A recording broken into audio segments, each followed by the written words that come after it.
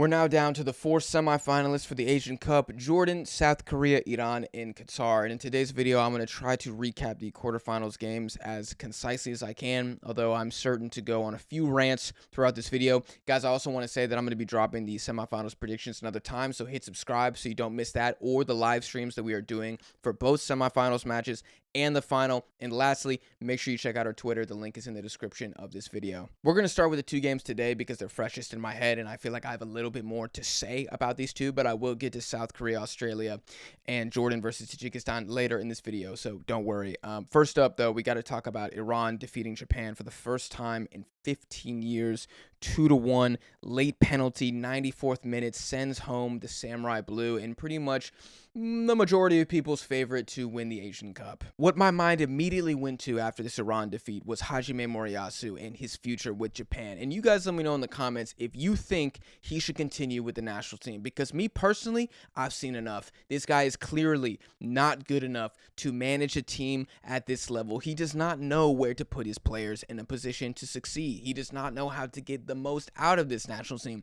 He does not know how to squeeze as much juice as possible out of the fruit that is, metaphorically, the Japanese national team. It seems like he is time and time again getting bailed out on the fact that Japan has ballers in the team. If you guys disagree with me and you think Moriyasu's the man, that is all right. Just please elaborate in the comments, because I don't really see how people can defend him anymore. If we look at the Japanese 11 today against Iran, I feel like there are several howlers that Moriyasu committed, and you guys let me know what was the gravest sin committed by Mr. Hajime today, okay? I'm going to start with the decision to start Hiroki Ito at the left back. I don't understand why this guy is a starter for Japan, because I feel like we have enough tape at this point to know that he can't get the job done against the better teams. I mean, guys, it's not a coincidence that his two worst performances at this tournament were against Iraq and Iran, the two teams with actual quality going forward. Ito does not have the skill set to play the style of football that Japan want to play, that very quick passing, very incisive crossing from the wings. He can't do that, so why is he starting? Going to the center backs, I feel like Tomiyasu was fine. Ko Itakura, on paper, I feel like is okay. You know, I would have started somebody like Machida, especially how he's looked at this Asian Cup in limited minutes. I feel like he's looked very good. But Moriyasu decides to go for Itakura, and my lord, y'all, Itakura had probably the worst solo defensive performance of any player at this Asian Cup so far. I thought it was Matthew Davies, right, from Malaysia against Jordan. I thought that was the worst performance I've seen. I think today, Ko Itakura, I think he surpassed that. You guys let me know if there was been a worse showing from a defender that you've seen, but I cannot think of one. It's not just the fact that he gets beaten by Mohebi for the goal, or the fact that he scissor kicks Mohebi on the ground with 10 seconds left on the clock in his own penalty box and eventually concedes the penalty that sinks Japan. The entire game, he was getting completely bullied by Azmoun, by Mohebi, by Golos. Whoever was the nearest Iranian was just winning every challenge. He couldn't really pass the ball. He was doing nothing offensively, wasn't good in the air, wasn't good on the ground. Spacing was terrible. Moriyasu needs to make that substitution. All three of us on the live stream, Jake, Connor, and I, all said, if Ko Itakura plays 90 minutes, Japan will lose this game. You need to take him off. And he just kept making mistake. Moriyasu said, I'm good, I'm stubborn, I'm stoic, and it cost Japan. I don't even know what the positives were for Japan in this game. I mean, really, you had a moment of magic, and I use magic in lowercase, from Hidemasa Morita, who somehow dribbles like 4 Iranians and then gets a very fortunate deflection that ends up in the back of the net, and Japan are up 1-0, and I'm sitting there thinking, this really ain't deserved. If we're talking justice, if true justice was served in this game, it's probably Iran 2, Japan 0 final score. It is absolutely atrocious defending from Kanani, who's had a couple moments like that in this tournament. I feel like against UAE, he was also a liability. He's definitely the weakest spot in this Iranian 11. I'll get to Iran in a second here, but I just got to wrap up with Japan. I got to get some stuff off my chest. If you guys want a full video just recapping Japan's disastrous Asian Cup, let me know in the comments. I'll try to find a different creator and we can collab on it, you know, a group therapy session, or maybe I'll just do it myself. But anyways, y'all let me know. So Japan get the goal. It's kind of lucky, and then they do pretty much nothing the rest of the game. I mean, there's a Ayase Ueda half chance, but it really is all Iran in the second half. And this is where I'll switch over to Iran, who I feel like Galinoy really, I mean, he body bagged Moriyasu in this game. Tactically, the way he set up the team, his substitutions versus Moriyasu's atrocious substitutions. I mean, taking off Daisen Maeda, who was Japan's best player up to that point, and putting on Mitoma when you have Ritsu Doan just stealing, leeching a starting 11 spot on that right wing, inexcusable. But anyways, Iran, I felt like it was a masterclass. Every single Iranian player on the pitch, except for the center backs, I'm hesitant to give them too much love because I don't feel like they had to do much. But everybody outside of those guys truly gave it their all today and dominated Japan physically. There's no other way to say it. It was a dominating win. And I don't know if Japan had been dominated like this in recent history. I mean, some people might bring up Spain or Germany at the World Cup. Very different matches to this. Japan didn't want the ball against Spain. They didn't want the ball against Germany. They wanted the ball today against Iran. They just couldn't keep it. The double pivot of Ibrahimi and Ezatolahi were lockdown. I mean, they were not letting Japan do anything in the middle. Kubo looked pedestrian. Ritsu Doan couldn't beat Mohammadi a single time. I mean, did he dribble past him a single time? I really don't know.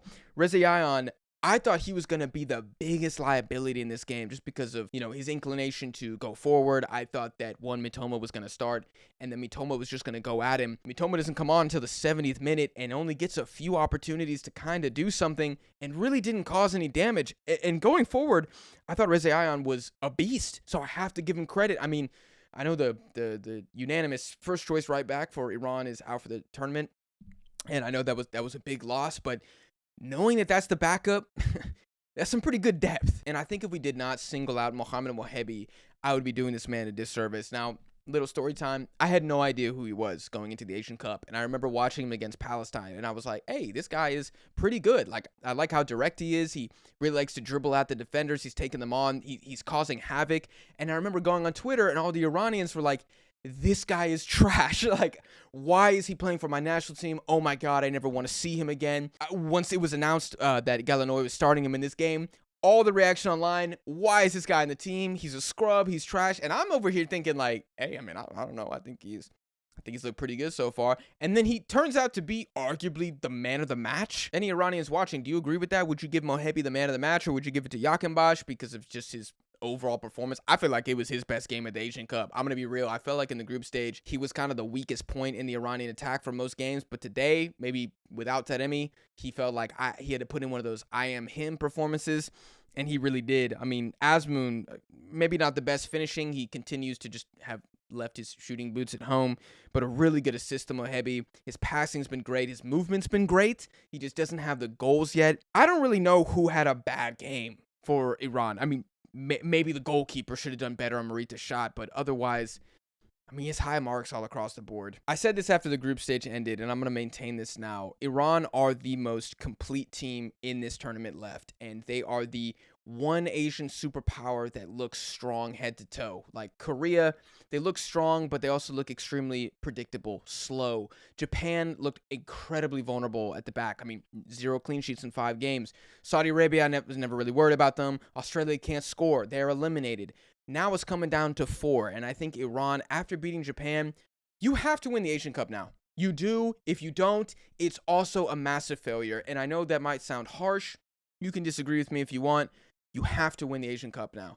You've beaten Japan. You're in the semifinal against Qatar. You need to lift this trophy. This is an aging squad. This is probably y'all's last chance as this group, not as a country. Of course, Iran are going to be an Asian power. I don't really see them falling off ever.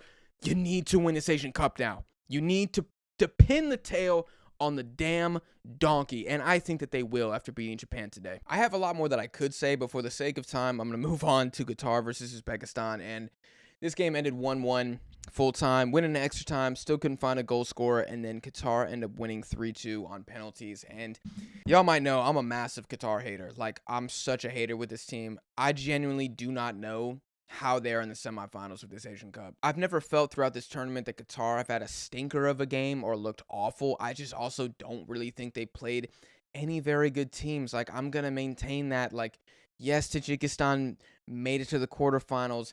Yes, they beat Uzbekistan in the quarterfinals, but Tajikistan is their debut, and Uzbekistan are completely decimated by injuries and suspensions. Like, I know I'm making excuses. I don't care. I don't rate this team, and I think that they will lose to Iran in the semifinals. You look at the goal that Qatar scored today, it's an own goal from Yusupov. It's a prayer shot from Al Haidos. I mean, the angle, it is impossible for the ball to go in the net without being redirected, and that's exactly what Yusupov does with his glove. I mean, it goes through his hands. It looks like he's trying to catch it. I don't know what the form is there. I don't really know what he's doing, but it was just a howler. And I was saying on the live stream, I just felt like Uzbekistan, if they were going to beat Qatar away from home, they needed to play a perfect game, and scoring an own goal to start is not the perfect game. And I just felt like, given the injuries, given the players missing, given the starting lineup that Katanich put out, which I thought was foolish, I just never felt like they were going to have enough to come back. Barsham ends up being the hero for Qatar. I said on the stream, I felt like he was very impressive at the Gold Cup.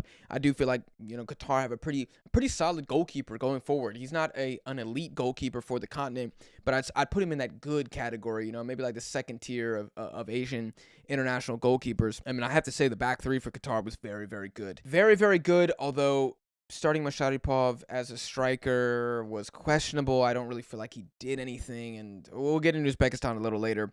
What else do I have to say about Qatar? I thought Fatih was a freaking animal in the middle.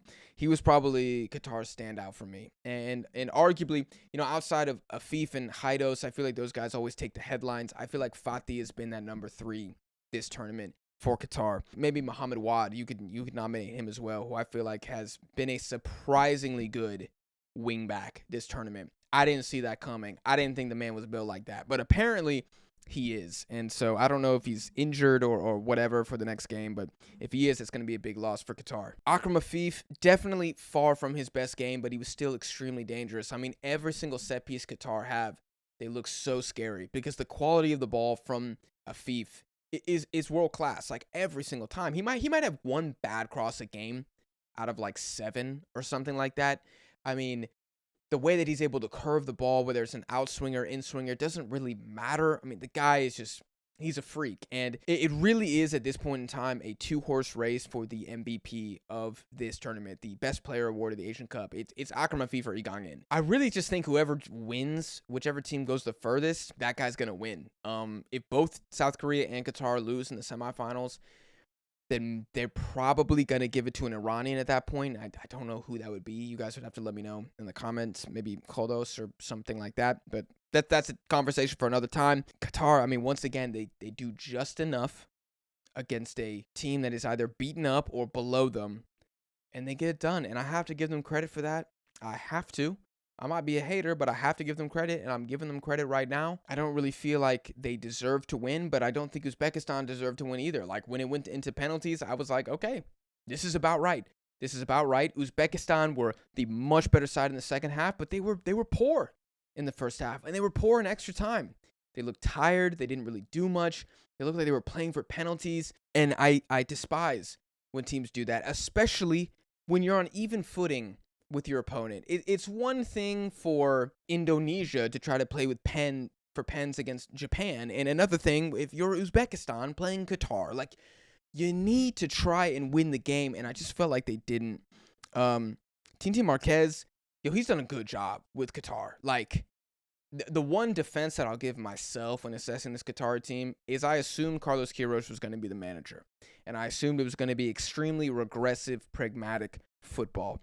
And it has not been the case. Tintin Marquez has allowed Akram Afif to have the luxury to roam around the pitch. He is a little reliant on the stars of this team to create offensively, but I think the wingback system has been great, and he deserves flowers for that. I don't know if there's a best coach award for the Asian Cup, but he needs to be a nominee because he's going farther with the Qatar talent. Irregardless of who they're beating, he is taking them further than they should go. Even as the defending champions, he has taken them farther than they should go. So I think of all the Qataris, if there's one person who's earned my respect the most, it's the manager. I can't really say Afif because that boy been a dog. Like, I knew Afif was that guy, so I'm not surprised by Afif's quality. I am surprised by Tintin Marquez. I think he's done a phenomenal job. I mean, hats off to you, sir. Going to Katanich in Uzbekistan, I despise the decision to put Masharipov as a striker. Absolutely despise it. I mean, you have guys on the bench who could possibly play at that 9 position, and you don't call upon them. Like guys like Amanov. I don't understand. Why are there 4 strikers that you called up to the Asian Cup if you're only going to play 2 of them? Why are you going to play some of your best guys out of position? Like, it's just kind of frustrating. And I don't know if it was instruction. I don't know if it was Qatari play. I don't know if it was the Uzbeks themselves. But it wasn't a fluid game. Like, they looked more fluid against Australia than they did against Qatar. And I truly mean that. Another decision I don't understand. Kolmatov getting 0 minutes today, despite being top 3 player, top 2 player against Thailand. And the guy doesn't get a single minute. And you have Shukrov returning after a sickness. And I felt like Shukrov was good today. Great penalty at the end, too. I felt like he was good today. But why are you not putting Kolmatov in the game? Instead you're putting in Umarov and Urkanov. And Urkanov was terrible this tournament. Like, literally did nothing. He's a pace merchant, can't do anything else. I didn't understand that. The substitutions, Katanic, too pragmatic. Didn't go for it. Should have tried to put the nail in the coffin. You should have tried to go for 2 goals in the second half. They kind of did, but he backed off. I feel like he really fumbled it here. And the Uzbek, I saw comments saying that they're cursed. They might be cursed, but I think they cursed themselves. You know what I'm saying? Like, some people want to blame the ref for this. That's ridiculous. I don't think the referee is the reason that Qatar won this game. Like, I'm not going to let y'all do that. The reason Qatar won the game is because Uzbekistan kind of played for a stalemate, and then they left it in fate's hand. They lifted up the chance of a flip of the coin in the penalty shootout. Instead of saying, we are the better team, we're going to go and win. And I think Katanic did this team a disservice. Oh, gosh. I mean, I feel for Uzbekistan because it's like what could have been. But that's not an excuse. Vietnam were decimated by injuries, too. Thailand had big players missing. Japan, big players injured. I mean, Junya Ito withdrawing from the squad. Massive loss. That's something that I haven't even talked about. But, I mean, anybody doubting Junya Ito's importance to Japan, just watch the Asian Cup. That's all I have to say about that. Uranov, bro, this guy was so annoying to me the entire Asian Cup. I felt like he was the biggest disappointment in this Uzbek squad. Like, no. Like, he just wasteful. Wasteful. He's a kind of good dribbler. He's kind of fast. He's kind of not really, is how I would describe this guy. On the bright side of Face Alive, this dude is a baller. Like, he's going to be a star player for this national team. I think he's going to have Uzbekistan qualify for the next World Cup, but just too young to be relying on a 20-year-old to do a bunch at this tournament. Part of that circumstance, part of that's Katanic, the coach. I'm very conflicted about him because I felt the Australia game they set up very well. Thailand, again, very well. But Syria, I felt like it was a flop. And I felt like Qatar today was a bit of a flop. It was a bit of a flop. He made 1 substitution in regular time. 1 substitution. He got outcoached by Marquez. Marquez got there last week. So, Marquez, as a manager, stock up. Katanic, stock as a manager, down, baby. That's what I'm saying. If y'all disagree, let me know. Let me know what you think about Tinti Marquez, and let me know what you think about Katanic. I don't care what nationality you are, what team you support. If you've watched these teams throughout the tournament, what do you think about those two guys? Okay, and who was Uzbekistan's best player? I know they're out. Their Asian Cup is over too. Who was their best player at this tournament? I'm gonna say it was Ishmuradov, bro. Dog, absolute dog. But if you nominate Fezalayev, I think that's completely fair. If you want to nominate Kamrabekov, I think that's completely fair. If you nominate Yusupov, I think you tripping. Let's take it to the games that happened yesterday now. Australia versus Korea. This is going to be very short, guys, because I feel like I've talked about this enough, but this is just another opportunity. Maybe other things that popped in my head that I haven't talked about yet. Australia, and I truly mean this, were set up perfectly in that game to win. It was moments away, once again, from a Graham Arnold masterclass. What he did with the Australian lineup was perfect. And if Mitchell Duke could finish, if Connor Metcalf could finish, if Martin Boyle could finish, I'm talking wide open chances here, people, then Australia probably walk out of this game 3-0 victors, and they're in the semis against Jordan. And would that do anything to the Australian fans back home? It seems like not a lot of people care about the Asian Cup unless Australia are in the final. Well, that attitude ain't helping this team out. I'm telling you right now. I feel like Australia probably had the worst fan attendance of any team. I don't know if there's stats on that. If somebody knows that, let me know in the comments. I feel like there were no Socceroos fans here. Like, nobody cared. It would pan to like a group of 100 Australians in the corner. every game. I really felt like the support was not there, and they were truly the away team in every single match. But that's no excuse. And talking about how they played, it was ugly, but so freaking effective. With Graham Arnold, it's one of those things where if it works, he's a genius, right? Tactician. Masterclass. Did you see how he shut down the mighty South Korean offense? And he was moments away from that. The problem is individual mistakes when you're playing the formation of, which was basically a 5-4-1 at the end from Australia, just like holding on for dear life. When you make mistakes like that, you then look like an idiot. You look like a fool. So Graham Arnold goes from master tactician to a reactive child. You know, a guy who can't see the forest for the trees. Oh my God, he thought parking the bus against South Korea was going to work? What an idiot. Even though, until the 96th minute, it worked. And it worked flawlessly. Now, I think with Graham Arnold, he's going to be having nightmares about his substitutions in this game, I think, the rest of his managerial career. To take off Nathaniel Atkinson, who was Australia's best player in the game. It was him or Craig Goodwin. But I'm going to give it to Atkinson because he was locking down Hwang Hee-chan. He really was. To take him off, to take off Keanu Bacchus, who was locking down Son Heung-min. I mean, Son had no space in the middle. Bacchus was hounding him. It really looked like Arnold went up to Bacchus and was like, man mark him. Man mark him. Don't let him get on the ball. And then you take off Craig Goodwin. You literally took off Australia's 3 top performers. Disaster. And it's easy in hindsight, right? It's easy to look back and be like, what a moron. Could he have known that Lewis Miller was going to make 2 of the most disastrous fouls in Australian football history? No, of course he shouldn't have known that. And we shouldn't blame him for that too much. Maybe we should, because obviously the guy ain't good enough. It's not that you brought on Lewis Miller. It's that you brought him on for Nathaniel Atkinson. It's that you took off your best performers. If he had taken off Metcalf, Boyle, and Behich, we have a different discussion right now. Because those guys weren't having bad games. Well, Connor Metcalf is not a good footballer. That guy sucks. I'm going to be real. Maybe he's not good, but Martin Boyle, woo! I mean, that back-to-back save that Cho made, he probably should have put one of those away.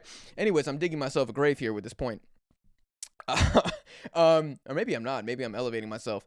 If he takes off one of those gentlemen, I don't think people have a problem. But, I mean, I guess it'd be like Jurgen Klinsmann taking off Kim Min-jae, Lee Gang-in, and Hwang In-bom. It'd be like, what are you doing, blood? Do you not realize these guys are carrying your team right now? That's what it would be like. And so for that reason, I feel like Graham Arnold, disaster game management from him there. The setup, perfect, beautiful. The management, the adaptation, disastrous. And then throwing Harry Sutar up at the 9, why? Why did you not sub in Yengi? Why didn't you just go to a back 3? You could have gone 2-man up top, subbed on Yengi. You could have had Harry Sutar and Yengi in the box. Or hell, throw in all 3. Keep Mitchell Duke on and throw on Yengi. Take somebody else off and throw him on. Why didn't you do that? I just feel like the roll of the dice came too soon, and it was the wrong roll. He rolled it straight 2, bro. Just about the refs, I already talked about this. No, the refs did not rig this for South Korea. That is a joke. Was it kind of a harsh red card on Aiden O'Neal? Yes, it was kind of harsh, but he also stomped on Hwang Hee-chan's leg. I mean, he or ankle, I guess is how you would say it. Don't be an idiot, bro. It's an unnecessary challenge. He doesn't need to go in like that. Don't blame the ref. Blame your manager and blame your players. Blame your players. Oh my gosh. Lewis Miller. Who was worse, Lewis Miller or Kobe Takura? Let me know in the comments. Switching it to Korea, Klinsmann got bailed out in this game, straight up. I told all of y'all that y'all were hating after Saudi Arabia lost to South Korea because Klinsmann did well in that game. Y'all was straight hating, saying it was straight luck. No, it wasn't.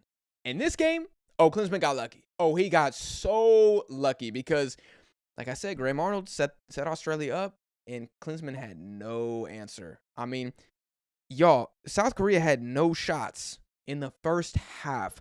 45 minutes, 70% possession, no shots. In the second half, 70% possession, otra vez, again, 3 shots.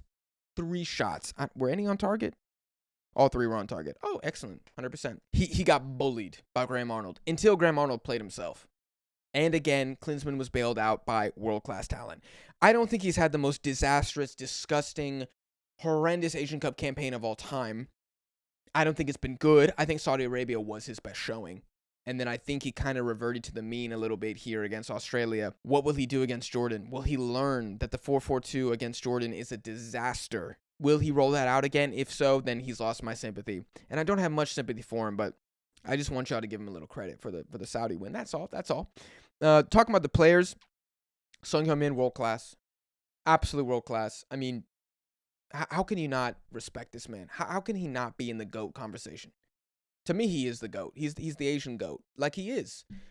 The way that he bails out his national team, he's just got to be in that conversation. To play devil's advocate, I felt like during open play, he wasn't necessarily super dangerous, a bit wasteful. It was not his best game. Again, Keanu Bacchus did a very good job marking him this game, and he should have put the game away when he had that kind of, not quite a one-on-one with Matt Ryan where he's on the right side of the box, but he needs to get that on target and he kind of scuffs it. But this is what superstars do. They step up in big moments. That's what he did on the free kick. It's a gorgeous free kick. I mean, I still get chills thinking about it. I wouldn't give Son the man of the match. I'd probably give it to Hwang Hee-chan.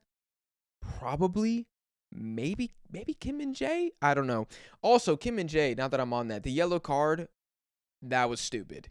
That was stupid. I forgot what Australian player it is like laying on the ball. Kim Min-jae's trying to get him off the ball, and he gets a yellow card for that. I mean, that was a joke. And now he's suspended, and that's a big freaking deal. Kim Young-won, I thought, was serviceable this game. Much better passing. Against Saudi Arabia, his passing was trash. But against Australia, much better. I mean, I guess, damn, I mean, who do we go back to? Jung Seung-hyung is going to start. I guess. I don't really know what the solution is going to be there, but, Korea, that's a big loss, man. That's a big loss in Kim Min-jae. Anything else I want to say about Korea? Cho Gae-sung, I don't think he should have started. I think I gave Klinsmann a B against Saudi Arabia. I'm going to give him a C- in this game. You cannot start Cho Gae-sung. You're not going to win an aerial duel against Australia. It was foolish. Son should have started at the 9. Against Jordan, I think maybe you could start Cho Gae-sung, but I wouldn't. I would not. I would start Son at the 9, and I would bring Cho Gae-sung in the 60th minute and make a formation change if necessary. I don't know if Cho Gae-sung is going to beat Nasib and Al Arab in the air. Like, maybe he beats him once, but I would just rather have Son at that starting position. Lastly, I'll talk about Lee Gang-in. Grew into the game. Honestly, again, after Graham Arnold made those substitutions, then Lee Gang-in started getting good, I feel like. Other than before that, I felt like they were doing a good job against him. Aziz Behich, nice one-on-one marking. But just as the game went on and on and on, especially in extra time, he was getting loose. And Lee Gang-in's best games, in my opinion, have all been in the group stage. I mean, against Jordan, I thought he was very good, and now he gets a rematch. And after two kind of quieter games, will we see Lee Gang-in wake up and erupt again in the semifinals? Against Jordan, this is a revenge game for Korea. Make no mistake about that. I think that he will, and I'm praying that he will, because Korea, y'all all I have left, man. Y'all really all I have left. The last game that I'm going to talk about is Jordan defeating Tajikistan 1-0 off of a Hananov own goal, and I have to say, even though it was an own goal and sometimes out of context, that can seem super harsh. The result is not harsh. I feel like Jordan were clearly the best team in this game, and this is really Tajikistan's about the level of opponent that they just cannot defeat. That kind of Qatar, Jordan level within the Asian continent. And I don't want to diminish Tajikistan. The fact that they made a quarterfinal in their debut is tremendous. I mean, if we want to talk about biggest L campaigns, you got to put Japan up there, biggest L, Oman, biggest L, maybe Kyrgyzstan, biggest L. Biggest W, you have to put Tajikistan up there right now. I'm not saying it's the biggest, right? I mean, Jordan, massive success that they're in the semifinals. I called that, by the way. Massive success. But with Tajikistan, they just don't have quite the personnel to, I think, go further than this. I really think this is the ceiling on this team. I don't know where they can improve outside of getting a finisher. But it's like, how many teams at this Asian Cup could use a finisher? I feel like we're saying that about so many teams. Australia could use a guy who could finish. I mean, Qatar could, really use 2019 Almoz Ali. Japan as well could really use just a killer 9. A lot of teams could use that. Tajikistan especially. They are reliant on very progressive open play, and they kept that mentality the entire tournament, which I fully respect. But they couldn't put the ball in the back of the net. They could barely do it in the group stage. They barely did it against against the UAE. barely did it. I mean, they squeaked by despite having so many chances, so many open opportunities, one-on-one with the goalkeeper. They just couldn't put it away, and eventually it caught up to them. And when you can't score and you're not elite defensively, a quarterfinal, that's about what it's going to be. You know, I just have to commend these guys. They made it further than I thought they were going to. I thought the UAE was going to knock them out in the round of 16. Safarov had such a good tournament. Shukurov as well, bro. The other Shukurov, not both Shukurovs. I mean, the Uzbek Shukurov and the Tajik Shukurov, studs, bro. And I thought Shukurov was their best player against Jordan. He was putting in some crunching tackles, man. Like, I don't know if this guy plays at Istiklal in Tajikistan or somewhere else in you know, the Central Asia. But this guy's good. I would love to see him make a move. Of course, not knowing how old he is or anything else about him other than what I've seen at the Asian Cup. Guys like Hananov, young player, I want to say 23, very good tournament. Unlucky to get the own goal today. If you watch the own goal, it kind of like goes past Nasib's head and like off of Hananov's chest. I don't think he expects the ball to get through. He's leaning forward to clear it. It's unlucky, but great tournament from him. Great tournament from him. I feel like they really have a foundation to build upon, Tajikistan. And Peter Zegert, I think is how you might pronounce his name, Einstein, whatever you want to call him. Yo, Asia needs more managers like him. Charismatic, daring, bold, confident. I love how Tajikistan played at this tournament. You know, they didn't quite have what it took to go further than this, but I love what they had at this tournament. I love how they approached the game. I wish more teams had the balls to play like Tajikistan. And you know what? They just came up against a superior opponent today in Jordan, and Jordan defeated them. And again, I cannot say it was undeserved. If there's one guy I'm very frustrated with Tajikistan, it is Jalilov. You know, the captain, the probably best skilled player. Y'all, he might have had 20 shots this Asian Cup and no goals. I mean, he should have put the UAE game away. He should have scored against China several times. Should have scored against Lebanon. I don't know if he should have scored against Qatar, but I don't know if it's because he was tasked with doing so much, but very frustrating campaign for me watching it because, again, he's one of those, like, almost good. You know, very, like, Masharipov-esque. Almost good. Almost great, and just not quite enough. So I know he was always the underdog, and I do not think he's trash. Please don't get me confused. I'm not going to drag the man.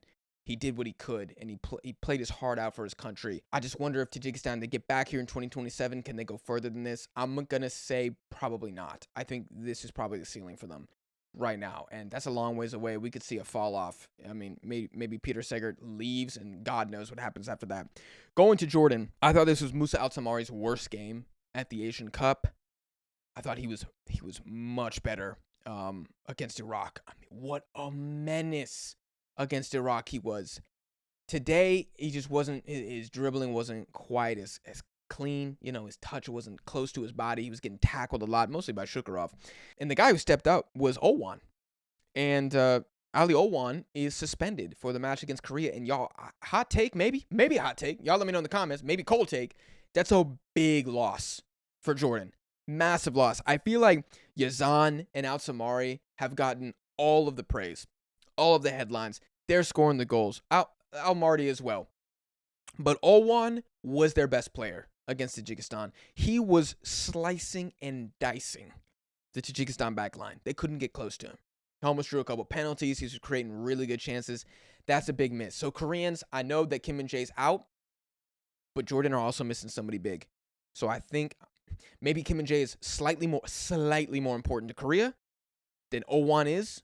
What do? Do they move Al-Mardi up and have him complete that Jordanian triangle of death? Or do they keep Al-Mardi as kind of like the left mid?